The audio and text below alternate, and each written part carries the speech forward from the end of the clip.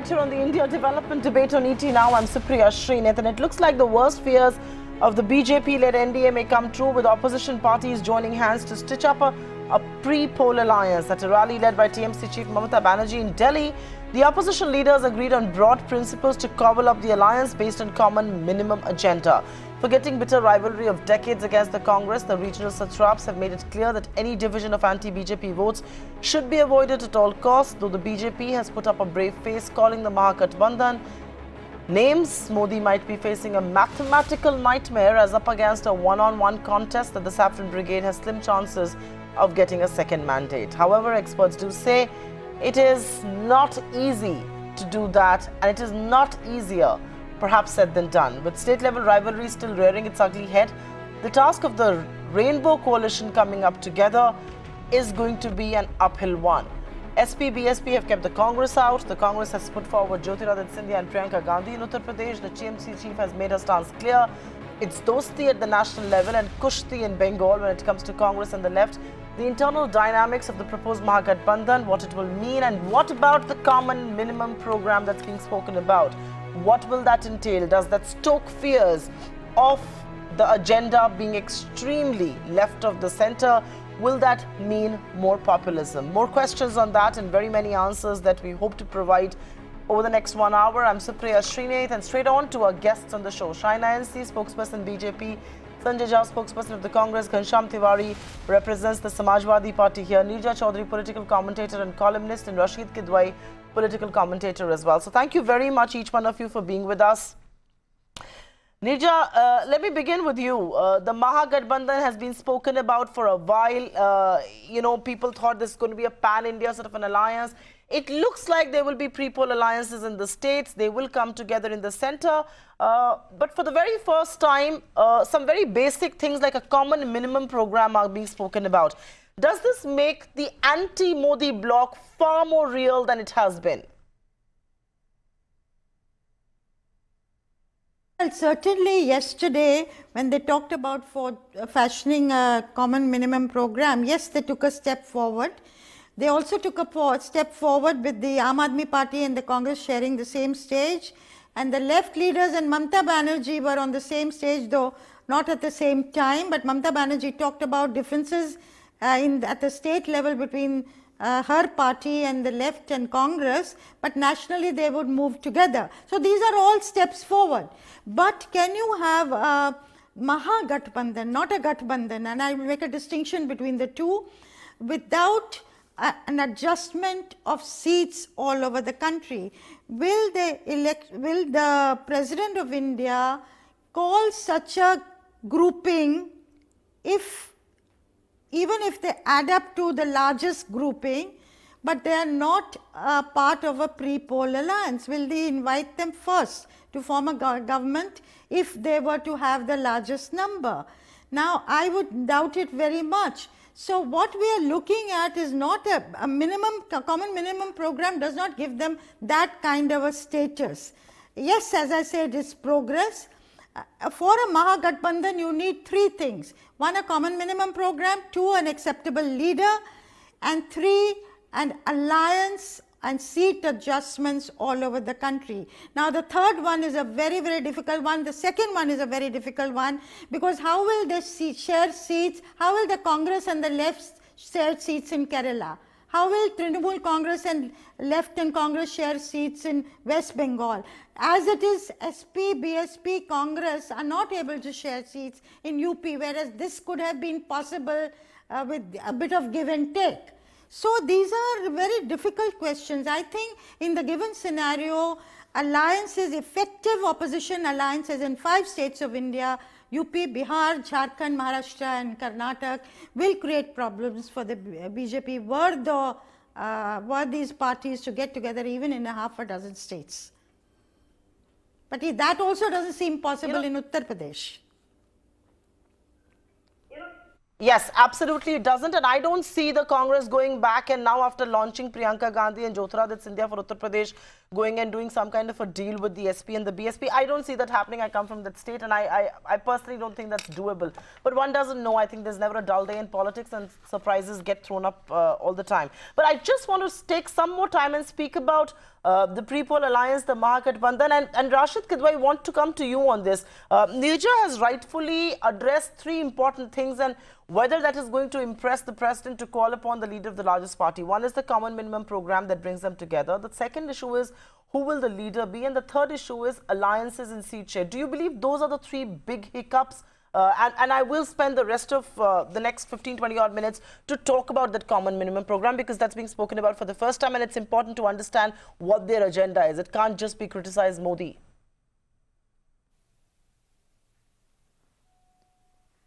Supriya, I also come from Uttar Pradesh, and my understanding is slightly different from what Nirja ji has said. Nirja ji has explained very well, the kind of problem, but the solution lies in numbers. The moment the BJP is short of a majority, kind of decisive majority, let's say, 200 seats of its own in Lok Sabha, then, nothing will stop from other parties, all those chaos and lack of, prime ministerial candidate and all, everything will be solved. You look at 96, what happened in 1996? The president, who was an ex-congressman, he gave oath of office to Prime Minister Vajpayee, but it didn't help, because the entire opposition got together and deprived Vajpayee from, proving his majority. Same thing happened in Karnataka also, where Yadurappa recently tried very hard to, muster numbers, and numbers didn't look very far, but nobody moved. So there is one thing that Mr. Narendra Modi, who's a extremely towering personality, but he's also a very polarizing factor when it comes to the opposition. So the opposition will stick to its numbers as long as it has a chance, and all those things about leadership, common minimum program, and everything will come around. Remember, there is P. Chidambaram there is Sitaram Yechuri there. The moment of preparing a document is within minutes. What they need to do is just bring that united front thing, dust up, make some changes, a para here and a para there, and you have that document ready. So I don't see any problem in that. Everything will depend the kind of number that 2019 throws up. No, fair point indeed. I think mathematics is eventually going to decide what sort of chemistry gets built up. But give me a minute, and I want to take this across to Sanjay Jha. And Sanjay, Rahul Gandhi has taken the responsibility to circulate copies of the draft common minimum program amongst the opposition parties. Now, how challenging is that going to be? Because it's not as if there is much that binds the opposition together, both in terms of political as well as economic ideology. But first, let's get how challenging is a common minimum program going to be for a bunch of opposition parties that have very different agendas? Remember one thing, where there is a will, there is a way. And number one, I think there is a lot of ideological coherence and compatibility. If you look at all the parties, they have very clear credentials when it comes to standing for a democratic society, liberal. I think everyone is secular in its true sense of the word. Nobody sniggers at the word secular by calling it pseudo-secular. And I think, the fundamentals of focusing on social justice, all the parties actually are believers in an inclusive growth model, unlike the BJP, which is the only party in India which is frankly a believer in, kind of free market, kind of economies without looking at welfare and worrying about the marginalized and the dispossessed, although Modi eventually ended up following the same model. So the fact is, when you look at the social policy or the economic policy, I think there is, in my opinion, a seamless integration that will happen. Now, to the specifics of the common minimum program, you see, it actually emerges from this larger, broader philosophy that all parties have agreed upon. I can tell you that if anyone in the entire coalition actually had a diametrically different objective as a political entity, they would have not been part of it, because what would they go and tell their own constituent or votes when they would campaign? So end of the day, I think the issue will be, how do we make, for example, the farmers stronger? Rural distress is a big story of our time. What are we going to do for the youth unemployment? Sanjay, yeah. Sanjay, I will come to specific questions like jobs and could economy actually bind all of you together. I will come to that, and it's a challenging task. You believe where there is a will, there is a way. Let me quickly go across to Ghanshyam Tiwari. In fact, let me go across to Shaina NC, and she's right here with us. And Shaina, In many ways, we are perhaps seeing the first signs of a real Mahagatbandhan coming together. They're sharing dais after dais, they're sharing stage after stage. They are now talking about a common minimum program. The Congress seems to be the fulcrum of this. We'll discuss that in just a bit. But in many ways, has Mr. Modi and the BJP invited the combined onslaught of the opposition? I mean, the relationship is so adversarial. People tell you every opposition leader is under the radar of one agency or the other. And in some sense, have you invited this combined onslaught? And could the index of opposition unity be very telling? I think that's a very unfair assessment. In a democracy, you have numbers at play state-wise. If you take regional players, obviously they want to score vis-a-vis national parties, and vice versa, national parties want to score at the central level. Now, the fact is that the BJP does have the largest numbers and will have the largest numbers. The point that you are raising in terms of a hypothetical Mahagatbandhan or Gathbandhan or Majboor Bandhan is not even the point in talk here. The point is that what do the people of this country want? Do they want stability? Do they want good governance? Do they want political will? Or do they want to have question marks on all? And I think Nirja ji said it very well, because the 3 points she highlighted are the keys to winning an election, and more importantly, who is going to stand by whom depends on the numbers post-election. So we can sit here in television studios, speculate and say that this ally will only partner with BJP, or this ally will only partner with Congress, but that cannot be the assumption of a debate such as this, because we know that if you have delivered on the ground as our government has, whether it's Jan Dhan Yojana, pension schemes, insurance schemes, Mudra banking, Ujjwala, we have touched the lives of the common voter, and it is that voter who decides what the future of this country is going to be, not the select leaders of Lutyens, Delhi, who choose to portray as if they're strange bedfellows. And Uttar Pradesh is a concrete example where there is absolutely nothing common between the Samajwadi Party and the BSP, and obviously both are only there for their sheer lust of power, and there you have a third player and you have confused voters. So the voter is extremely intelligent, who is not going to fall into this trap and who is going to decide a mandate as to who should be the next Prime Minister of this country in the Lok Sabha election. Right. Okay, you know, Shaina, it's a little uncharitable for us to bring that up, but I think it's only fair that I do. The Rajbar party has quit your coalition today in Uttar Pradesh. You had Kushwaha for the caste coalition. You have had the Son Patel factor for the coalition. So there is coalitions at play, our index of opposition and majority unity. But give me a minute. I will go across to Ghanshyam Tiwari. And Ghanshyam, you know, the common minimum program, which is perhaps going to be the one binding factor for a pre-poll alliance of sorts, and every leader has clarified, we will contest in states, but we will be united at the national level. Now, I'll come to the confusing part of that in just a bit. But can meeting of minds happen? There will be ideological differences. There are political ideological differences that, you know, some of the opposition parties have with each other.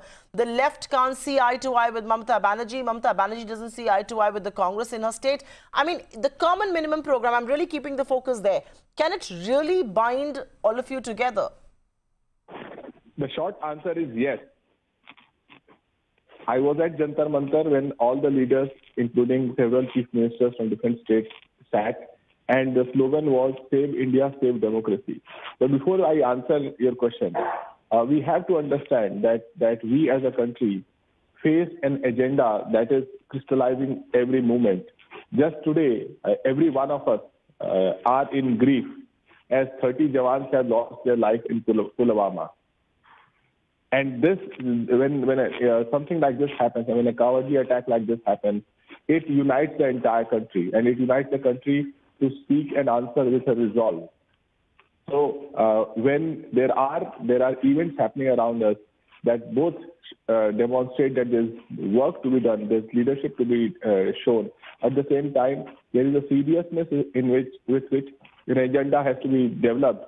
I think we have in the opposition veteran leaders who have been part of various governments, who have delivered for their state, and they will deliver again as the common minimum program develops. I don't think that the differences in the state are going to matter as we set the agenda for the country. Okay, give me a minute, Ghanshyam, because I do want to go back to our experts on the show, and I will come to all of you in just a bit. And one of the worrying factors, Nirja Chaudhary, at least for Indian industry and Indian investors, is that this common minimum program could lean very left of the center as far as the economic ideology is concerned. It could even be borderline populist. That's the one big fear that people are talking about. Is that a concern you share as well? You know, when the UPA was formed, they forged a common minimum program. I remember the painstaking exercise that was undergone by Jairam Ramesh and Sitaram Yechuri. I mean, in the nuts and bolts of it, the left and the Congress, given their economic differences, they could fashion an instrument. I think if there is a will, that can be overcome. In 2019, all parties have moved forward about the inevitability of certain programs and policies. I think my issue is slightly different, if I may come to that again. And that is that suppose you have state level alliances, but you don't have a pre-poll alliance. Suppose hypothetically you have the Congress getting 110 seats, its allies like Trinamool and DMK and RJD and SP and BSP, NCP, even left, all together put say 140 or 150. Now on the other side you have BJP getting 190, its existing allies getting say 30. Then you have a pool of non-aligned parties like the Telangana Rashtra Samiti, like Jagan Reddy's party in Andhra, like Anna DMK, like Naveen Patnaik's BJD in Odisha.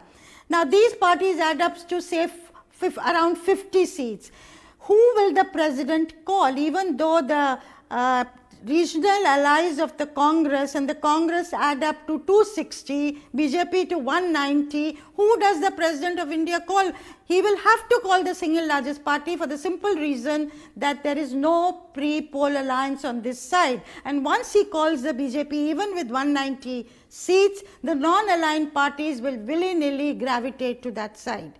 So the importance of the Mahagatbandhan at the national level lies there, and the difficulty of forging it is, as I said earlier, there are contradictions at the state level between the left, Congress and Trinamool, between even BSP and Congress. BSP is afraid, is not willing to align with the Congress, because Mayawati feels that once the Congress starts to revive, her Dalit vote will shift back to the Congress. So there are these very real contradictions that these parties have had to contend with, therefore making a national level Mahagatbandhan very difficult, and then they don't have a leader on whom they all can agree. So that is the realistic situation we are looking at. Okay. No, fair point. You're trying to put together a scenario where it will be difficult for the president to make a call.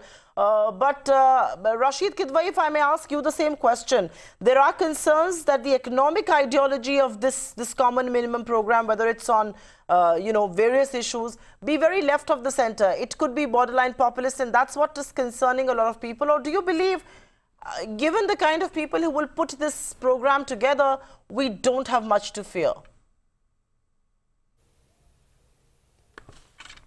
Supriya, to my mind, I think there is broadly there is an understanding, and the understanding is simply based on social left, economic right.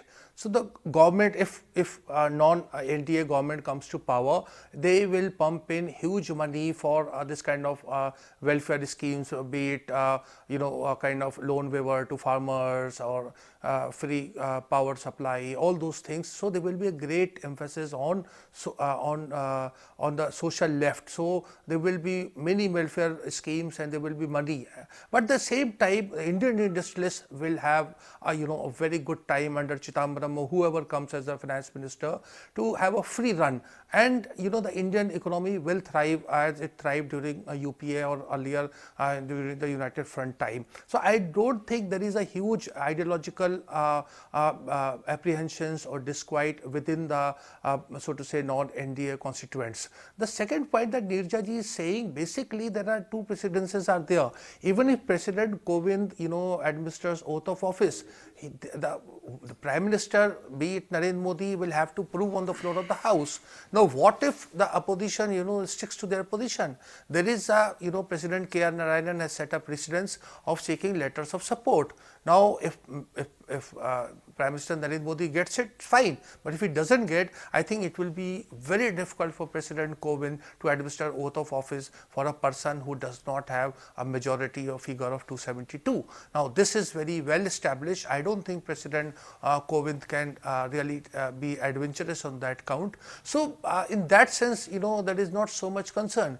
Ultimately, it will depend who gets how many. Now, the key point is that within the non-NDA constituents, Shaina NC was pointing at the kind of chaos that exists. But there also there is a method in that madness. There is an attempt to hold some kind of pull position. The Congress wants to get half of half. I mean, to be in 2019 to be somewhere close to half of 272 figure, and then the non-other regional parties can get the other half. So they will get some defense, finance, external affairs, some those kind of portfolios. The choice of Prime Minister is of course very open and nobody can speculate. So what I'm saying is both sides have got their mathematics, arithmetic, whatever you want to call it, chemistry, everything it's been worked out. Then nothing is left to a last minute thing. I think political parties are much smarter than what we expect them to be.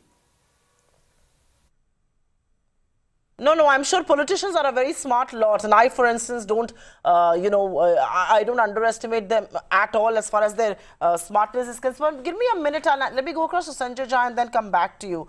And Sanjay, in many ways, the criticism that the Mahagatbandhan is perhaps going to meet is that are you confusing voters in states? You were going to say we are going to fight each other in the states and ally in the center, and could this be hypocritical? I mean, will voters call that out?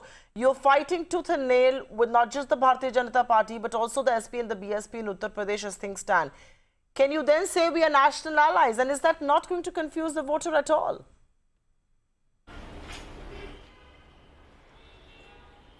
Supriya, let me tell you, we call it as pragmatic flexibility. There will be some pre-poll alliances, there are some people who will do it post-poll, but end of day, as you can see, we are all standing on the same platform together. And I want to tell you this with 100% confidence. We are doing it with a very clear, defined objective. Now, yes, there are certain hard realities of the fact that we have an organizational tussle in different states. Of course, I'm not going to deny that. I mean, yet we supported Mamata Banerjee in her protests against the BJP's authoritarian behavior in Kolkata. When Mr. Naidu was concerned, you can see how everybody is united, because what we are seeing is a clear change at the ground level. And I'm telling you this because, one meets a lot of people who are actually working day in and night out, galvanizing the ground level support. And what they are saying is there is a tailwind, a huge tailwind in favor of the Gathbandhan or the Mahagatbandhan parties across states.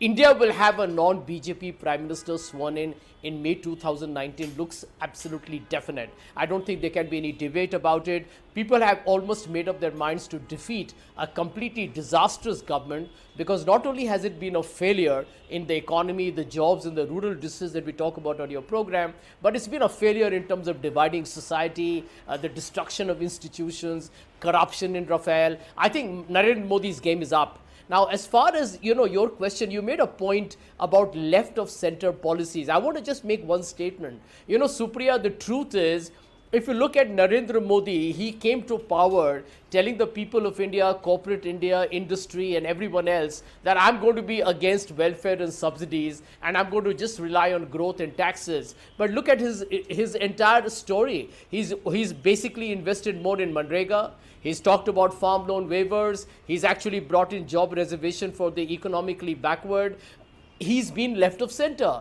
In a country where you have almost 300 million people living below the poverty line, it's very good to create this sexy headline that I'm going to be a free market reformist, I'm going to liberalize the economy. Yes, we all did it. UPA did it, by the way, better than what the NDA did. And the critical point, coalition governments are better for economic growth in India.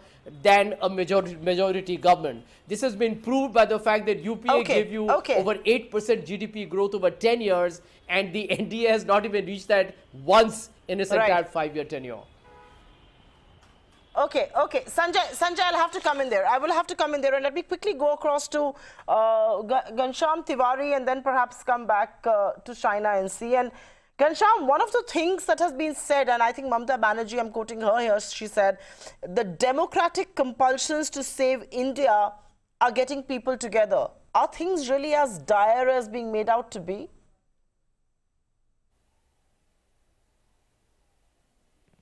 Well, clearly they are. I mean, today is a sad reminder, unfortunately, and so that there is a powerful agenda on the national security, both internal as well as external, that has to be executed. Second, when we look at foreign policy, this government has been abysmal failure on multiple fronts because it has been fidgety in its approach and stance. Third, this government till date has not recognized that there is a job crisis across the country that is ruining the future of our youth. This government has till date not recognized that there is a real issue to be fixed with respect to farm connectivity with market and the farmer distress. This government does not recognize the agenda of social harmony. This government also does not recognize the agenda that our democratic institutions have to be powerful. They have to stand on their feet, not crawl in front of a prime minister who would run by diktats. So all these things are agenda that this government does not recognize and the opposition recognizes. So in that sense, it is clearly a black and white setup. One thing that will give tremendous force to a new government, which will be, as Sanjay ji says, a non-Modi government, is that the leaders in the new government have been very, very execution focused. You have an Akhilesh Yadav who built an expressway in the fastest amount of time. You have Chandrababu Naidu, who is very execution focused. This government was not short of slogans or even ideas in my mind. They were short of execution. They did not have chief ministers who could stand up to the prime minister and say that if you set an agenda, allow me the liberty to execute it. Rather, everybody wanted to crawl in front of the prime minister. As a result, big slogans, big rallies happened, but the agenda never got executed. That is going to be a power of the new government that will be sown in. Should it have the composition that we saw in Jantar Mantar? Should it have a democratic structure that will have participation from different states in full force? Okay. Ghanshyam, give me a minute. I want to go across to Rashid Kidwai. And Rashid, here, the fact that it's going to be Rahul Gandhi who's taken the responsibility to circulate copies of the draft common minimum program, that eventually things will boil down to the Congress being a fulcrum of this Mahagatbandhan, the Congress being the glue that will get everybody together. Is there acceptance of that fact today?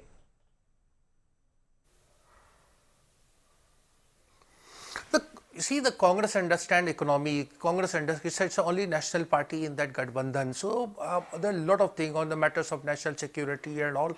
The big picture of economy, infrastructure. Take any yardstick. I mean, one can go on that what kind of wrongs that Congress has committed. But fact of the matter is, Congress has a lot of clarity, idea, leadership. I mean, you look at whether there is a 1 Milind Devra here and Jyotiraditya Scindia there.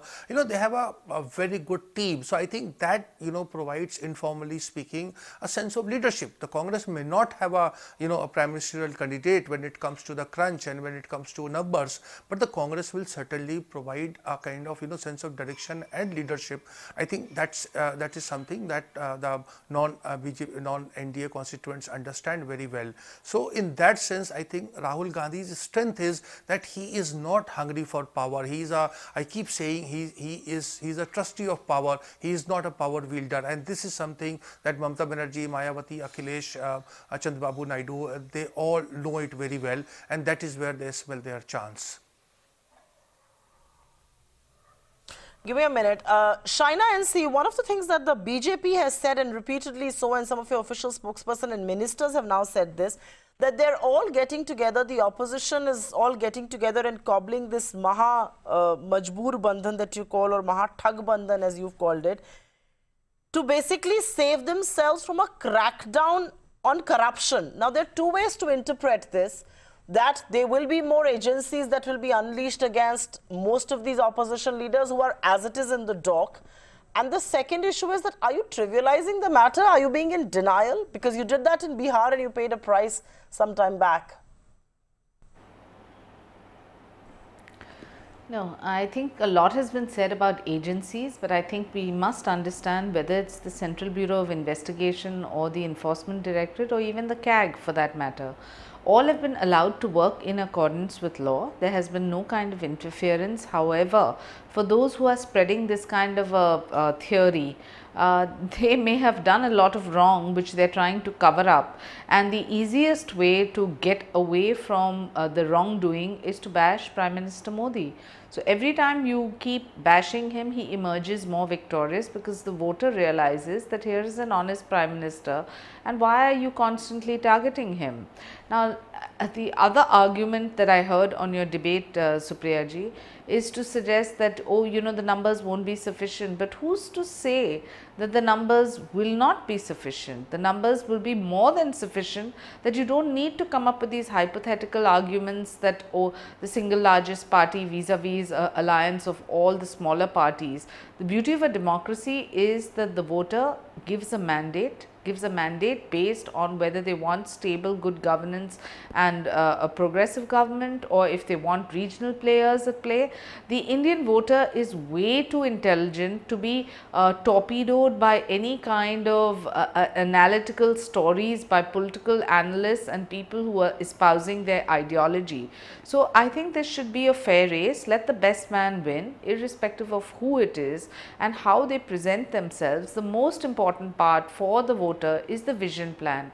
Is nation's interest at being held paramount, or is some kind of a selfish gain and motive, or is it just a quest for lust for power? Okay, lust for power versus Parth Khada Bachane Ko and all of that that's being socializing is on the social media. We'll come to that in just a bit. But Neerja Chaudhary, AAP and the Congress in Delhi, they are not going to compromise. They're going to fight this together. The SP and the BSP are going to fight this together with the Congress also now, you know, looking to make this a big show in Uttar Pradesh. What does this tell you about the probability of actually BJP trouncing them once again? And if it's a three-way battle in Delhi, who stands to gain? If it's a three-way battle in Uttar Pradesh, who stands to gain?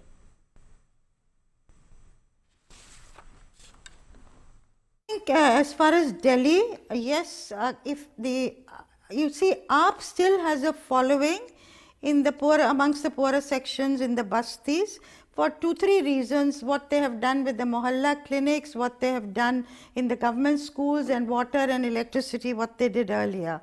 Now, but people will view AAP more as, you know, in an assembly election, in a state election. I think in a national election, certainly, and if the Congress and AAP don't fight together and consolidate their vote bases, then certainly it is going to be advantage BJP in Delhi. As for Uttar Pradesh, with Priyanka Vadra Gandhi coming, she will certainly revive the party. It will not be as if she takes a state by storm, but there will be incremental gains. Now, she will hurt. She is expected to hurt the BJP, because the upper caste following of BJP may look at her and the Congress with new eyes, but she will also hurt the SP BSP, because, you know, it's all very well to say, even if they have an internal understanding, say in 20 seats, which I am told is under consideration, that you give weak candidates, we give strong candidates, is an old formula. Even then, say the minorities, had these 3 parties with the RLD come together, the minorities would have gone solidly with this grouping. But the minorities, a certain section will get confused, whether it's 5%, 10%, 15%, and every vote is going to count in closely contested seats. So I think Congress going separately with Priyanka Vadra Gandhi coming is going to hurt both sides, and including the SP BSP. So it is for the opposition to say we've got to hang together and yet not come to seat adjustments, and with a bit of give and take on both sides, you know, you don't walk the talk. No, absolutely. And you know, it's very true that the Mahagatbandhan took the Congress for granted, and it looks like Priyanka Gandhi's entry could change a lot of things there. But to the SP BSP, the Congress, I have one question, and if I may, you know, Mamata Banerjee said that for the greater good, sacrifices are important. She's going to make a personal sacrifice on her own and on the behalf of her party. Will there be sacrifices in states like UP? And Ghanshyam Tiwari and Sanjay Jha, let me ask you this question. Sanjay, if you were a part of a Gathbandhan in Uttar Pradesh, your chances of trouncing BJP would be higher. But are you very conscious of the fact that you can't play second fiddles or just contest 15 or 18 odd seats in a state that sends 80 MPs to the Lok Sabha? Where are the great sacrifices here?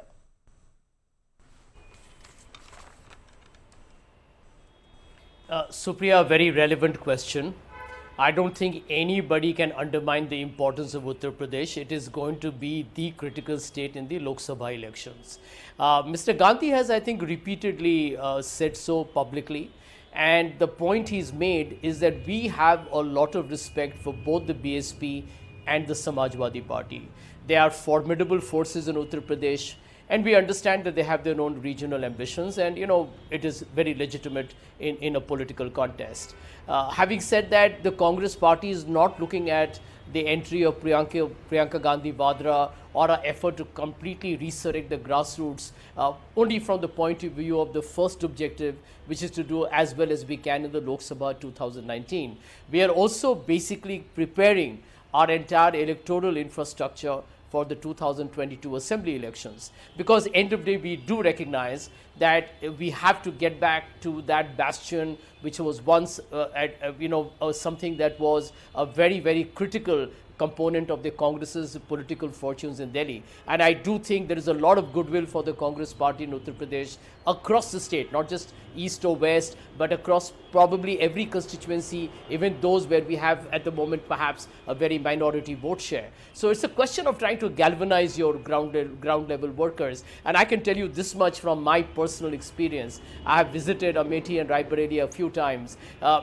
That it's not just about one political personality like Priyanka Gandhi Vadra or Mr. Rahul Gandhi leading the campaign, but that the team is inspired.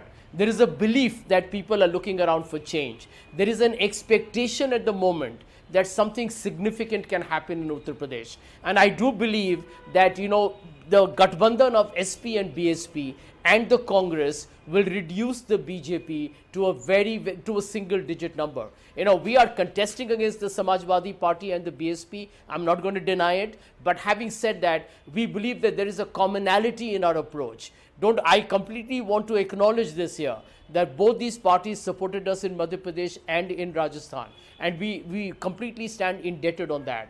But we have to also create our own political, shall we say, signature statement of where we are going to go forward. And therefore, our intent is to build a solid groundwork during the Lok Sabha elections so that we gear to make the state elections of 2022 an opportunity for the Congress party to provide an alternative governance to what we have seen over the last couple of decades.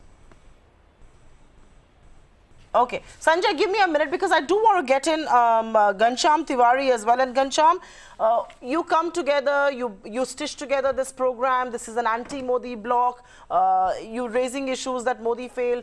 But what is, I mean, let's for a moment assume that you will be able to, you know, form another government. You will be able to achieve what you intend to, which is to have a non-BJP, non-Modi government. What happens after that? Your purpose would have ended. How are you going to stay together? What will continue to glue you? Because you will continue to fight in these states. You will continue to oppose each other. How is, I mean, you know, the viability of being together, remaining together, looks that much tougher and that much more challenging now?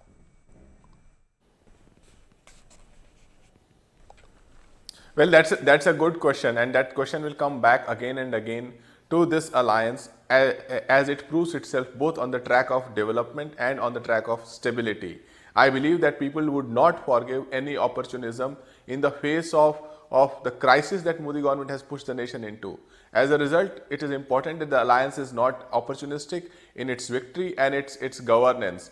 As far as how would the competition within the state pan out, we have said, Akhilesh ji has said that we see this alliance as an alliance that will continue over a longer term. We also believe that leaders have come together on various issues in a very transparent manner on public platforms, and we believe that that has, one, strengthened this chemistry in the eye of people, and two, strengthened a camaraderie between the leaders and their organizations. So I do not think, although one can look at examples from the past, but I don't think that this alliance will be as brittle as past alliances has been. I think this alliance will be far more execution focused, far more agenda focused, far more institution focused than the alliances that we have seen in the past and than the Modi government has been. In each state, I believe, one thing that will power this alliance is each state we find a formidable political party and a political leader who has a vision for the state and who wanted greater cooperation from the central government that did not come. In the Modi era of 5 years, you do not see outperforming chief ministers. In the prior era, I'm sorry, even I Prime have to Minister step in Modi, there. as Chief Minister of Gujarat, was considered an outperforming chief minister. Okay, give me a minute. I'll have to come in there. And Nirja Chaudhary and Rashid Kidwai, the two questions that I have for you are big focus. And then I will close the show with China NC answering a very important question. Nirja Chaudhary, the SP in UP is banking on Muslim votes. And then you have Mulayam Singh Yadav rise in parliament and say he is endorsing Mr. Modi and he hopes Mr. Modi will come back as Prime Minister. Now, how confusing is that for the voter and how damaging is it for the Mahagatbandhan? And what does this really do to the optics of this anti-Modi bloc in all of this? And you don't just have one loudmouth in the opposition, you have many more who will continue to talk up until elections. Yes, I think yesterday Mulayam Singh Yadav's expression of, hope that Mr. Modi will come back as Prime Minister certainly goes to help Mr. Modi. No doubt about that. And Mulayam Singh Yadav may not be very active, he's not keeping well, all that is given. But yet he has a standing amongst the Yadavs of Uttar Pradesh. Maybe, section of the Muslims also, but here the Yadavs will matter. And yes, it is somewhat of a setback, I would say. How major, I can't say at the moment. Somewhat of a setback to the Akhilesh Yadav, Mayawati combined. As far the BSP is concerned, I think they could have worked out some kind of an arrangement with the Congress also. The Congress, they said, was asking for 20 seats. They were prepared to go up to a maximum of 8 seats. And then, no agreement was reached. But I think the Congress would have even settled for 10, 12. This is before Priyanka Vadra Gandhi came and the scene became different. And that alliance would have been a pretty formidable one. But I think Mayawati has expressed her opinion that her vote gets transferred to others, but the vote does not get transferred to the BSP. There is an element of truth in that. There is also fear in Mayawati if she aligns with the Congress which is going to revive or has started to revive, her Dalit vote bank may shift back to the Congress again. That is a real fear. Therefore, she has not, she's been in talks with the Congress, but when it comes to the crunch, that final point, she shies away from actually going in for an alliance. So these are the contradictions, no party would like to, for its political fortunes to be affected. And even what the Congress person was just now saying, the Congress has to strike a balance between the need for its own revival and the compulsion of having to defeat a Modi-led NDA. And that's a difficult balance and a difficult tightrope walk to do. Okay, give me a minute and I will have to get quick closing comments from all our panelists here, and in fact the two of them who are left, China NC and of course Rashid Kidwai. And Rashid, Mamata Banerjee says, and she almost threatens Sonia Gandhi, that she will remember what Adhir Ranjan Chaudhary is doing in West Bengal, but for the greater good of India and for a greater cause, she is willing to make those sacrifices. How soon will these sacrifices be forgotten? Because that is what at least our constituents from a market, investor, industry point of view, people worry about. I mean, but Ghanshyam was very honest to say it's not going to be as brittle, but I wonder if they'll be able to walk the talk. Supriya, there are many, fascinating stories that are going on during this negotiation and that kind of talk that opposition leaders are holding.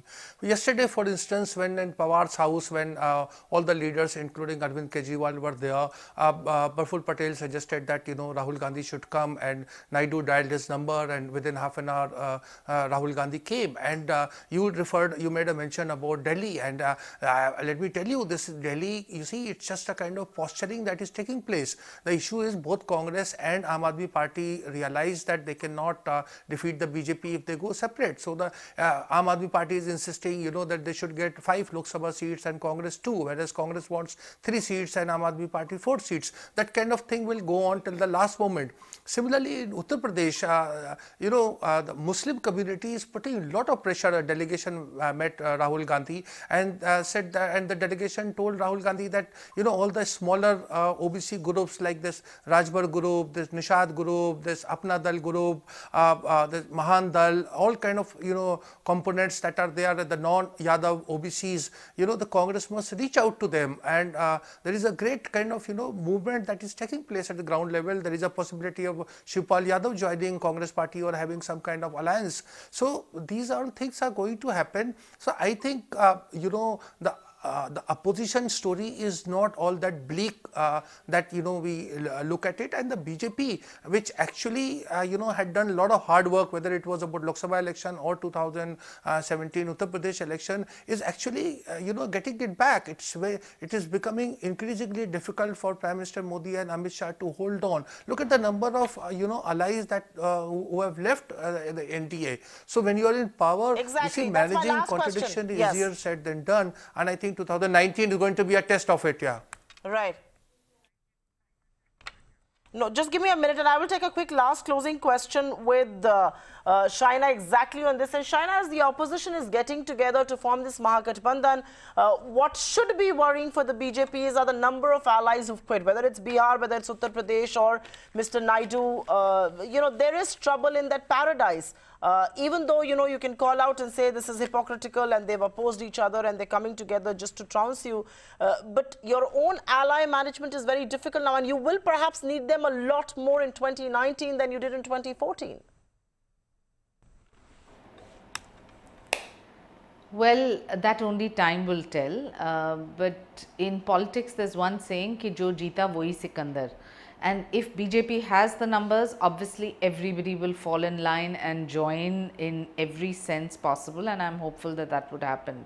Because people have moved beyond caste-based politics, people have moved beyond dharm ki rajniti, voting on caste, creed, culture and as vote banks. Do remember that Uttar Pradesh assembly elections was a historic victory, not because you had just the BJP vote bank voting, you had Dalits and Muslims alike who were voting for progress and voting for a charismatic leader. Having said that, I think the biggest confusion is who is the leader on the opposite side.